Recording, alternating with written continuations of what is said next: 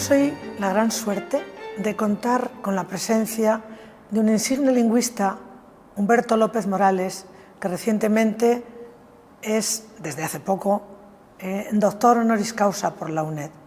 Entre sus múltiples méritos, que no voy a presentar en la actualidad, tiene el de ser secretario general de la Asociación de Academias de la Lengua Española.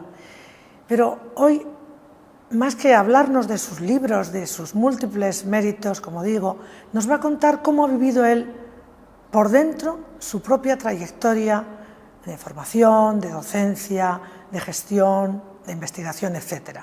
Humberto López Morales, ¿cómo ha sido la vivencia de esa formación desde el principio, de ese joven habanero que en la actualidad es habanero y español porque tiene nacionalidad española, pero también es cubano? ¿Cómo vivió desde el comienzo esa formación? ¿Cómo puede relatárnosla? Bueno, yo estudié la escuela primaria y la escuela secundaria en el Real Colegio de los Padres Escolapios, en La Habana. Y después pasé a la Universidad de La Habana y allí hice una primera licenciatura en cuestiones de literatura fundamentalmente, con muy poco de lingüística. Vine a Madrid después, a la Complutense, y ahí, después de varias convalidaciones, terminé una segunda licenciatura y después el doctorado. Verdaderamente yo he tenido muchos profesores, evidentemente como todos, pero verdaderamente solo he tenido un gran maestro. Y ese gran maestro fue don Rafael Lapesa, al que le debo todo, empezando por la vocación que tengo actualmente de estudiar la lingüística. En principio, antes de conocerlo y de escuchar, de darle el privilegio de escuchar sus clases, pues tenía unas ciertas inclinaciones hasta la historia, también me interesaba la arquitectura, etcétera, pero ya en Madrid quedó muy clara cuál iba a ser mi verdadera vocación, que era el estudio de la lengua, claro, centrado fundamentalmente en el español de América, que era lo que más conocía y lo que más realmente me atraía. En realidad no he seguido puntualmente las huellas del maestro porque casi no he hecho cosas históricas, lingüística histórica, sino cosas sincrónicas. Por lo tanto, sus clases sobre dialectología eran también igualmente geniales, al igual que la historia de la lengua, y he aprendido muchísimo con él y trato, en la medida de lo posible, porque es muy difícil, seguir los pasos del maestro. Empezó como docente, como profesor en universidades norteamericanas y más tarde en la Universidad de Puerto Rico. Esos años de docencia, donde comienza la investigación, donde se van trazando las líneas por las que va a discurrir sus años de trabajo y de esfuerzo, ¿cómo empezaron? ¿Cómo siguieron? ¿Cómo fueron? Pues fue muy interesante porque yo no tenía ningún tipo de experiencia docente. O sea que en nuestros países uno estudia hasta terminar el doctorado o hasta terminar lo que vaya a hacer. No trabaja simultáneamente mientras estudia, como se ocurre en Estados Unidos. Por lo tanto, yo no tenía ningún tipo de experiencia como profesor universitario, ninguna. Llegué a los Estados Unidos, que es donde aparentemente iba a tener más posibilidades, como así fue, y empecé trabajando en una pequeña universidad de provincia, que fue la Universidad de New Hampshire. Y allí fui aprendiendo lo que era la universidad, desde el punto de vista del profesorado, porque yo había estado un año estudiando, junto con mi bachillerato en La Habana, en la Universidad de North Carolina en Chapel Hill. Luego, como estudiante sí que conocía la Universidad Norteamericana, no mucho, pero sí le conocía algo de un año de estudios. Pero como profesor no tenía, desde luego, ninguna idea. Así que allí fui aprendiendo poco a poco en New Hampshire, estuve un año y medio, aprendiendo poco a poco cómo era la Universidad Norteamericana, cómo era la docencia allí, cómo era la investigación, etc. De ahí pronto pasé así a una gran universidad, que es la Universidad de Texas, en Austin, o sea, la central de la Universidad Tejana, y allí estuve como 5 años, apoyado y protegido por don Ricardo Bullón, que era catedrático de esa universidad entonces y que fue como un segundo padre para mí, me ayudó, me apoyó, me orientó, etcétera, etcétera, y ya me fui familiarizando con lo que era ya realmente una gran universidad. Ahí ya tenía cursos de maestría y cursos de doctorado, ya había cursos graduados, cosa que no había en la universidad pequeña provincial hasta cierto punto en la que había estado trabajando anteriormente. De Rice, después, sorpresivamente, Puerto Rico, fue invitado un año de profesor visitante. Ese año se convirtió en un segundo año de profesor visitante y al final se convirtió todo en 23 años más de trabajo en aquella universidad. Para mí fue una experiencia maravillosa porque por primera vez trabajaba con los míos, con mi gente. Y eso pues me daba una gran alegría, muchos ánimos, mucho entusiasmo, y ahí fue que empezaron de verdad mis investigaciones sobre el terreno, cuestiones empíricas sobre cuestiones de lingüística. Me pidieron que dirigiera el Instituto de Lingüística de la Facultad de Humanidades, que estaba recién fundado, porque todavía hacía falta pues depurar y culminar un poco el currículum de la maestría en lingüística que estábamos ofreciendo, y era al mismo tiempo un pequeño centro de investigación. Con la ayuda de los estudiantes y de algunos colegas más, hicimos una cantidad importante de investigaciones centradas en varios aspectos: dialectología, sobre todo del Caribe hispánico, esencialmente, la enseñanza del español como lengua materna, que estaba y está todavía bastante descuidada por muchos sitios, así como el español como lengua extranjera está a una altura de sofisticación y de fineza, de conceptualización y de metodología extraordinario. No pasa lo mismo, lamentablemente, con la enseñanza de la lengua materna. Y en aquel momento, hace ya pues como 30 años, pues las cosas eran todavía un poco peores. Y empezamos a hacer muchas investigaciones de campo, porque la mejor forma de preparar a un lingüista para el futuro no es solo dando teoría en las clases, que eso es muy importante, eso es básico fundamentalmente, sino haciéndoles partícipe de las investigaciones de campo, que sepan que los datos hay que ir a buscarlos, que ellos no vienen a ti tan ricamente, y que eso exige, por supuesto, pues un diseño cuidadoso de muestreo, una planificación muy compleja de las entrevistas, etcétera, etcétera. Y creo que eso lo logramos hacer bien. De ahí, desde Puerto Rico, surgieron muchos libros míos importantes, y vamos, que yo creo que fueron y que son todavía algunos de ellos muy importantes.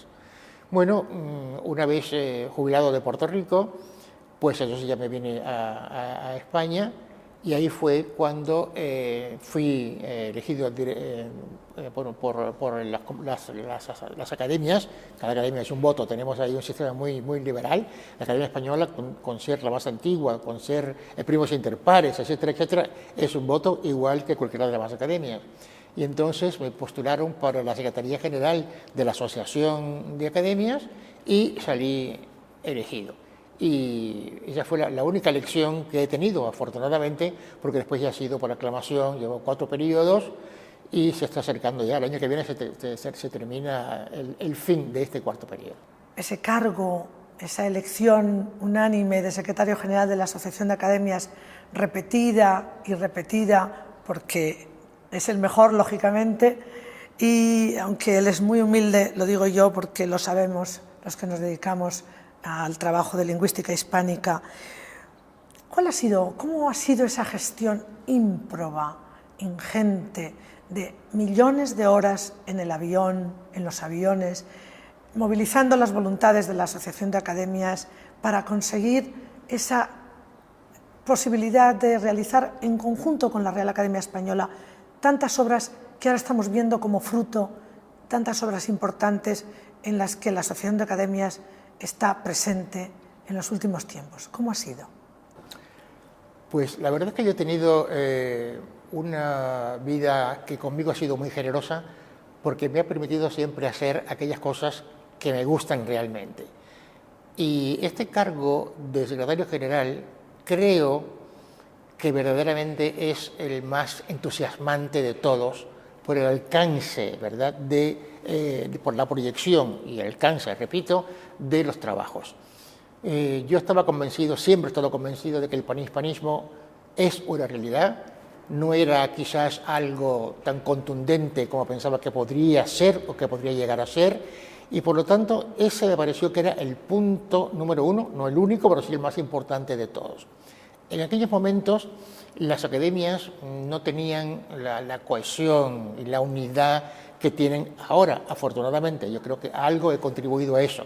Las academias estaban muy aisladas, muy desinformadas las unas de las otras, y lo primero que hice fue viajar y visitar todas las academias para ver realmente cómo estaban, cómo se encontraban, cuáles eran sus planes, etcétera. Entonces ir, pues más o menos, viendo las posibilidades de acción para fomentar una unión mucho más estrecha entre todos. En primer lugar, pensé que lo que se imponía era que todas las academias estuvieran siempre muy enteradas de lo que estaban haciendo las otras. A mí me sorprendió mucho que al llegar a una de las academias me dijeron: qué bien que ahora las circulares informativas que recibimos nos ponen al día de todo, porque anteriormente solo nos llegaban los avisos de defunciones, de manera que cuando llegaba un sobre de la Asociación de Academias, siempre pensábamos, ¿quién se habrá muerto?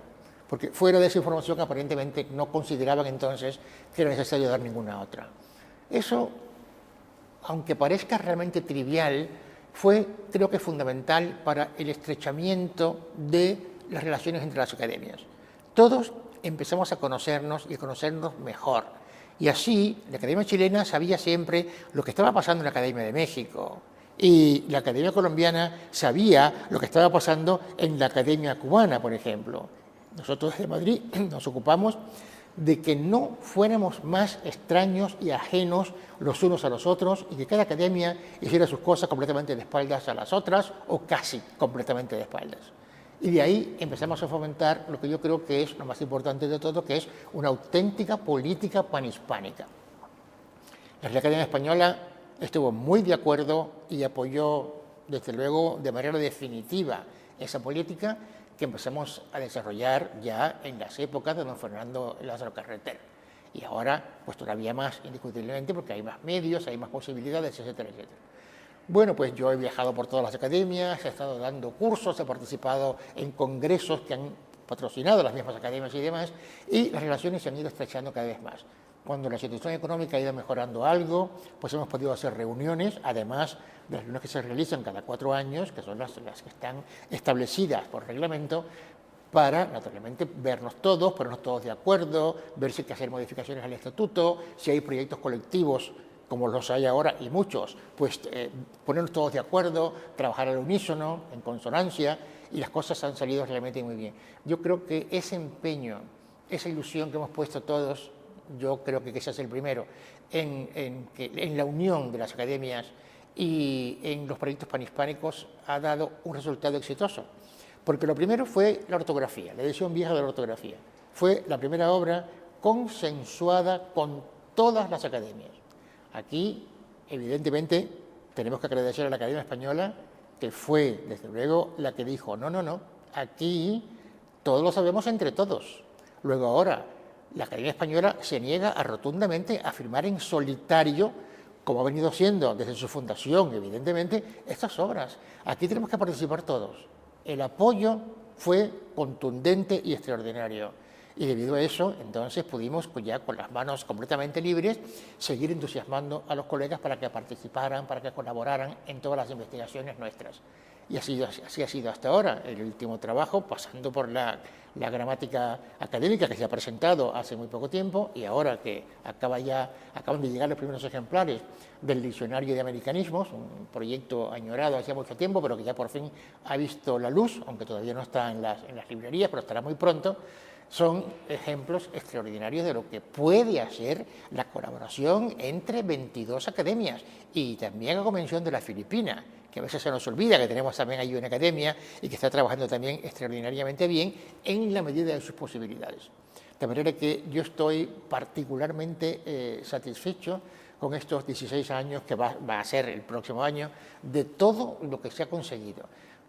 Yo algún día escribiré un libro sobre eso, porque desde luego es muy importante que eso se sepa, porque gracias al esfuerzo y a la dedicación de unas gentes entusiasmadas, solo que hay que entusiasmarlos, evidentemente, se pueden llegar a hacer cosas verdaderamente maravillosas como estamos haciendo ahora.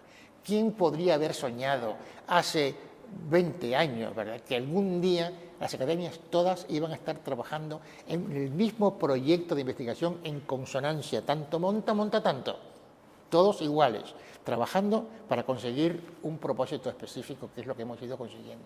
Yo creo que eso, vamos, no es una cosa milagrosa, pero está cercano, ronda, ¿verdad?, en torno al milagro, porque la situación no era igual en todas las academias, evidentemente, pero en algunas de ellas la situación era verdaderamente tremenda. No tenían sede, no se reunían, había 3 o 4 académicos y tampoco tenían entusiasmos para nombrar a otros, y los otros tampoco estaban entusiasmados por ser de esas academias. O sea que ha habido que mover tantos hilos, hacer tantas cosas. Repito, insistir, ir, dar conferencias, dar declaraciones, hacer declaraciones a la prensa, a la radio, a la televisión, entusiasmarnos a todos. Y eso, por fortuna, era un proyecto bastante complejo en un principio, pero a Dios gracias las cosas resultaron bien y hoy tenemos una asociación de academia muy fuerte, muy unida, muy concientizada de que verdaderamente las cosas se hacen entre todos y así salen mucho mejor y no tenemos la menor queja, al contrario, estamos ahora sumamente contentos y a mí me complace extraordinariamente que cuando deje la Secretaría General, que será pronto, espero yo, pues que entonces la cosa siga marchando con los próximos colegas que vayan ocupando ese puesto, igual o mejor si cabe. Como él nos ha ido desgranando, es verdad que tantas cosas no hubieran sido posibles si su capacidad de esfuerzo, su generosidad, su amistad, su capacidad de empatizar con las gentes y su no dudar ante el sacrificio de quedarse sin vacaciones, como le ha pasado tantas veces, por lo cual le hemos recriminado a los amigos.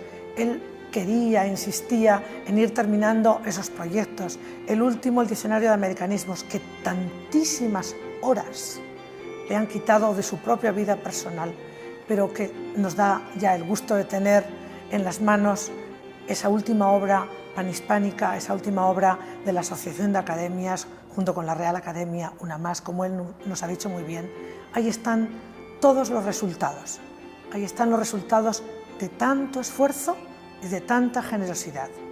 Muchas gracias, Humberto López Morales, por tantas cosas. Muchas gracias. Gracias a ustedes.